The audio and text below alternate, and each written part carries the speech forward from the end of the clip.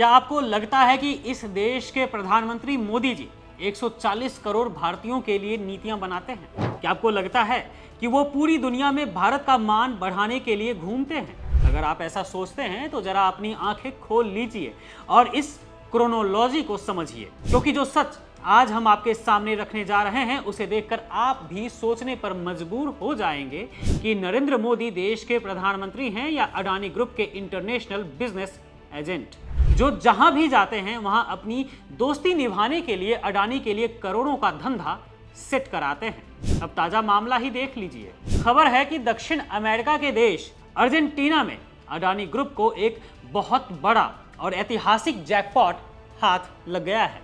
Adani ports को Argentina के पहले एलएनजी एक्सपोर्ट प्रोजेक्ट के लिए 10 साल का मरीन सर्विसेज का कॉन्ट्रैक्ट मिल गया है। करीब $70 मिलियन यानी 666 करोड़ रुपए की यह डील है, जिसमें सितंबर 2027 से भारत को सालाना 10 मिलियन टन एलएनजी भेजने का खेल खेला गया है। लेकिन सच्चाई क्या है? क्या यह डील अडानी को उनकी काबिलियत पर मिली है या इसके पीछे दिल्ली से ब्यूनस आयर्स तक चली कोई खास सिफारिश थी? क्योंकि साल 2025 महीना जुलाई, तारीख 4 और 5, ठीक 57 साल बाद भारत का कोई प्रधानमंत्री अर्जेंटीना के द्विपक्षीय दौरे पर जाता है। मोदी जी वहां के राष्ट्रपति हावियर मिलेई से गले मिलते हैं। बंद कमरों में लंबी बातचीत होती है और एजेंडा क्या तय होता है? तेल, गैस और ऊर्जा क्षेत्र में सहयोग बढ़ाना। अब समझे आप, साहब 2025 में गए थे जमीन तैयार करने और ठीक 1 साल बाद 2026 में फसल काटने के लिए अडानी ग्रुप वहां पहुंच चुका है। क्या इस देश में सिर्फ अडानी ही एक बिजनेसमैन बचे हैं? क्या देश में और कोई बड़ा खिलाड़ी नहीं है जिसे यह काम मिल सकता था? लेकिन नहीं, मोदी जी की मेहरबानी होगी तो सिर्फ और सिर्फ उनके खास दोस्त पर, अडानी जी पर। और ऐसा नहीं है कि मोदी जी सिर्फ विदेशों में ही अपने दोस्त पर मेहरबान हैं। विदेशों की कहानी तो सिर्फ वानगी है, असली खेल तो खुद हिंदुस्तान के भीतर चल रहा है। मोदी सरकार दिन रात टीवी पर आकर चिल्लाती है कि देश आत्मनिर्भर बन रहा है, लेकिन जमीन पर सच्चाई यह है कि मोदी सरकार पूरे हिंदुस्तान को सिर्फ अडानी निर्भर बनाने में तुली हुई है। ऐसा लगता है कि देश की मोदी सरकार ने घुटने टेक दिए हैं और पूरे भारत को एक ही कॉर्पोरेट घराने के हाथों में सौंप दिया गया है। जब आम जनता महंगाई और मंदी के संकट से जूझ रही है, तब मोदी जी की नीतियां अपने दोस्त को मालामाल करने का रास्ता साफ कर रही है। आज देश का कोई ऐसा कोना नहीं बचा है जहां अडानी का सिक्का न चलता हो। जरा गौर से सुनिए कि इस समय देश के क्रिटिकल इंफ्रास्ट्रक्चर पर अडानी का कितना बड़ा कब्जा हो चुका है।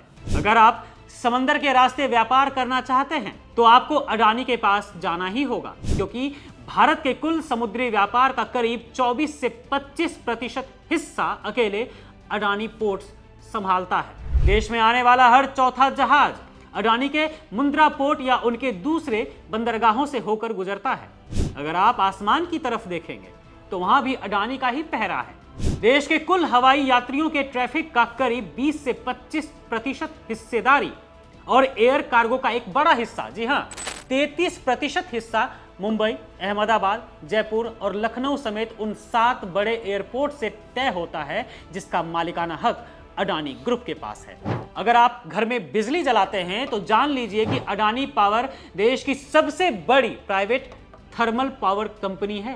इतना ही नहीं, भविष्य की ग्रीन एनर्जी के नाम पर भी मोदी सरकार ने दोस्त अडानी को $100 बिलियन के निवेश का खुला मैदान भी दे दिया है। आप घर में जो सीमेंट इस्तेमाल कर रहे हैं वह भी अडानी ही तय कर रहे हैं। अंबुजा और एसीसी का अधिग्रहण करने के बाद आज देश के सीमेंट बाजार के करीब 16.6% हिस्से पर अडानी का कब्जा है। और हाल ही में ओरिएंट सीमेंट के साथ हुए मर्जर के बाद तो यह ताकत और बढ़ गई है। देश में आज अडानी सीमेंट उत्पादन में दूसरे नंबर पर है। आप गाड़ी में जो सीएनजी भरवाते हैं या घरों में जो पीएनजी इस्तेमाल करते हैं, वहां भी अडानी टोटल गैस का 1160 से ज्यादा सीएनजी स्टेशनों और 13 लाख से ज्यादा घरों का नेटवर्क फैला हुआ है। हद तो यह है कि देश के भविष्य और डिजिटल संप्रभुता कहे जाने वाले डेटा सेंटर्स और सॉवरेन एआई के क्षेत्र में भी अडानी ग्रुप ने 5 गीगावाट क्षमता के हाइपर स्केल डेटा सेंटर बनाने के लिए $100 बिलियन झोंक दिए हैं। नोएडा से लेकर चेन्नई तक गूगल और माइक्रोसॉफ्ट जैसी विदेशी कंपनियों के साथ मिलकर आपके डेटा पर भी अडानी का इंफ्रास्ट्रक्चर तैयार हो रहा है। यानी सुबह उठने से लेकर रात को सोने तक आप जो भी कर रहे हैं उससे अडानी की जेब भर रही है। वित्त वर्ष 2025-26 में इस ग्रुप ने 1,52,967 करोड़ रुपए का रिकॉर्ड कॉर्पोरेट निवेश किया है और इनका कुल एसेट बेस 7,85,000 करोड़ रुपए को पार कर चुका है। दोस्तों, ये साम्राज्य ऐसे ही खड़ा नहीं हुआ है। इसके पीछे मोदी सरकार की वो डोमेस्टिक और इंटरनेशनल ब्रांडिंग है जो पिछले कई सालों से लगातार जारी है।